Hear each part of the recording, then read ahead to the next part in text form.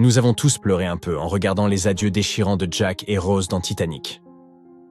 Oups, spoiler, désolé.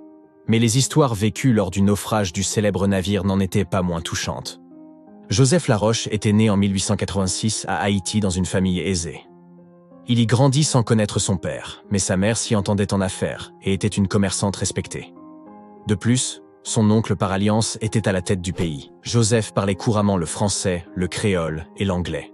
À l'âge de 15 ans, il avait résolu de devenir ingénieur. Mais comme il ne se trouvait pas d'école d'ingénieur en Haïti, il partit pour la France pour y faire ses études. Le voyage avait duré 83 jours. Alors qu'il était encore étudiant, Joseph fit la rencontre de Juliette dans la banlieue parisienne, par l'intermédiaire de son mentor. Ils se lièrent rapidement d'amitié, puis leur relation prit de l'ampleur. Le couple décida donc de se marier. Une seule ombre au tableau. Joseph ne parvenait pas à trouver d'emploi qualifié et décemment rémunéré, même après avoir conclu ses études, en raison du racisme qui gangrénait l'époque. Ce jeune homme intelligent se rendait bien compte qu'il pouvait espérer mieux. De plus, il lui fallait subvenir aux besoins de sa famille grandissante, car un troisième enfant était déjà en route. Son oncle, président d'Haïti, lui promit donc de lui dénicher un emploi de professeur de mathématiques. Et sa mère était ravie que son fils et sa famille retournent vivre en Haïti. Elle leur a acheté des billets de première classe pour le paquebot Le France en guise de cadeau de retrouvailles. Mais ce paquebot avait des règles stupidement strictes, qui séparaient les parents de leurs enfants pendant les repas. Les Laroche ne voulaient absolument pas infliger cela aux leurs au cours d'un long voyage à travers l'océan. Ils décidèrent donc d'échanger ces billets contre des places de seconde classe à bord du voyage inaugural du RMS Titanic. Le Titanic faisait l'objet de toutes les attentions et ne séparait pas les familles, ce qui semblait être une bonne affaire. Ils prévoyaient d'embarquer à New York sur un autre navire qui les conduirait directement à leur destination finale d'Haïti. La famille monta donc à bord du Titanic le 10 avril 1912, à Cherbourg. Ils avaient 3 jours pour profiter des luxueuses cabines, de la salle à manger, de la bibliothèque et des 3 ponts de promenade extérieurs réservés aux passagers de seconde classe. Juliette envoya une lettre à son père depuis la dernière escale du navire, à Queenstown, en Irlande. Elle lui racontait en détail à quel point ils étaient satisfaits de leur logement. Ils avaient 2 couchettes dans leur cabine et un canapé qui se transformait en lit pour leurs jeunes enfants. La famille se lia même d'amitié avec quelques sympathiques passagers avec lesquels ils avaient déjà voyagé depuis Paris. Ils se croyaient jusqu'à présent les seuls Français à bord, si bien qu'ils commencèrent à s'asseoir ensemble à chaque repas. Juliette mentionna qu'ils avaient tout passé de merveilleux moments ensemble sur le pont du paquebot. Elle écrivit aussi que les gens à bord étaient généralement bienveillants, bien que certaines sources, en raison de leurs origines, aient affirmé le contraire. C'est dans la nuit du 15 avril que leur passionnant voyage s'acheva brusquement. Bien que les radiotélégraphistes du Titanic aient été avertis de la dérive des glaces par les navires voisins, le paquebot continua à avancer à plein régime.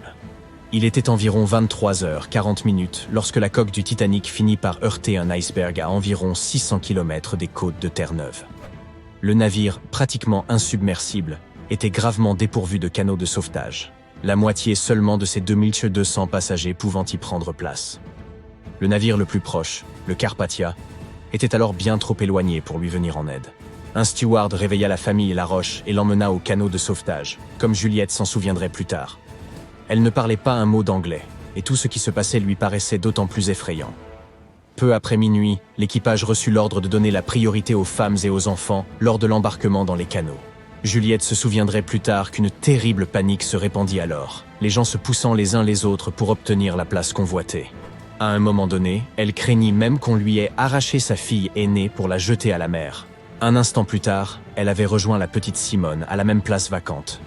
Juliette, enceinte et ses 2 filles durent donc se faire une place dans le canot de sauvetage numéro 14. Mais il leur fallut dire adieu à Joseph au moment où le canot descendait dans la mer.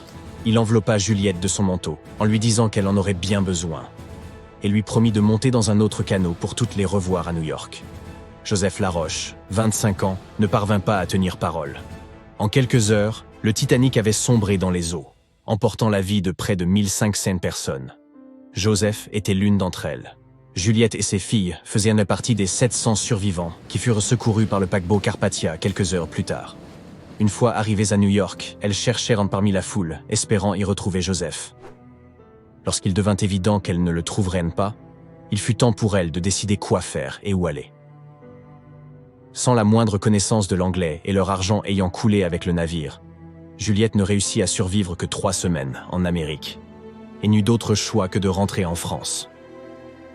L'oncle de Joseph n'était plus en mesure d'aider quiconque, un attentat ayant mis fin à ses jours 4 mois seulement après la tragédie du Titanic. En décembre 1912, Juliette donna naissance à un fils qu'elle nomma Joseph en l'honneur de son père. Jusqu'à la fin de sa vie, elle ne parvint pas à se remettre de la perte de son mari bien-aimé. C'est pourquoi elle n'aimait pas parler de ce qui avait pu se passer sur le Titanic et demandait à ses enfants de ne jamais le mentionner. En 1995, un membre de la Titanic Historical Society a interviewé Louise. Elle était la dernière enfant Laroche encore en vie et l'ultime survivante française du naufrage. C'est à ce moment-là que le monde a entendu parler pour la première fois de cette histoire déchirante. Elle a inspiré quelques pièces de théâtre et nombre d'articles, mais n'a jamais reçu la même attention que les histoires de certains autres passagers. Tu te souviens sans doute du couple de personnes âgées sombrant ensemble dans leur lit à bord du Titanic. Il a été inspiré par Isidore et Ida Strauss. Tous deux étaient nés en Allemagne et avaient décidé d'émigrer aux États-Unis lorsqu'ils étaient encore enfants. Ils s'étaient rencontrés à New York et s'étaient mariés 5 ans plus tard.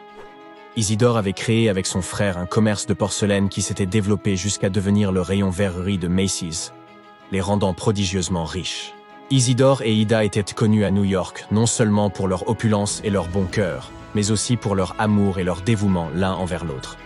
En 1912, le couple décida de fuir l'hiver new-yorkais et fit cap vers l'Europe. À cette époque, ils étaient déjà mariés depuis 40 ans. Au début du mois d'avril, il fut ensuite temps pour eux de rentrer à New York. Ils voyageaient d'ordinaire sur d'énormes paquebots allemands, mais à l'époque, ils ne purent résister à l'engouement pour ce nouveau paquebot de luxe, le RMS Titanic. C'est ainsi qu'ils se retrouvèrent dans l'une des suites privées de première classe située sur le pont supérieur du navire. Le couple Strauss passait ses soirées à dîner devant un orchestre, dans une salle remplie de panneaux de bois coûteux et de meubles de luxe. Dans la nuit du 14 avril, ils ressentirent une légère secousse. Puis ils sortirent de leur suite privée et attendirent les instructions de l'équipage. On leur recommanda de ne pas perdre leur laissez-passer, car ils en auraient besoin lorsque tout le monde remonterait à bord. Mais le navire était bien en train de sombrer. Le couple se trouvait à côté du canot de sauvetage nombre 8, et M. Strauss, qui avait 67 ans à l'époque, se vit offrir un siège avec sa femme en raison de son âge avancé. Il la refusa, affirmant qu'il n'était pas trop vieux pour se sacrifier pour une dame. Il voulait attendre et s'assurer qu'aucune femme et qu'aucun enfant n'était pour laisser à l'abandon. Ellen Bird, la femme de chambre d'Ida, hésita à grimper à bord du canot de sauvetage, mais Ida lui ordonna d'y aller. Elle prit alors la décision difficile de ne pas laisser son mari seul sur le navire en train de couler. Ida retira son magnifique manteau de vison et le donna à sa servante grelottante en lui disant que, pour sa part, elle n'en aurait plus besoin. Isidore ne parvint pas à la convaincre de se sauver, et ils restèrent ensemble jusqu'à la fin.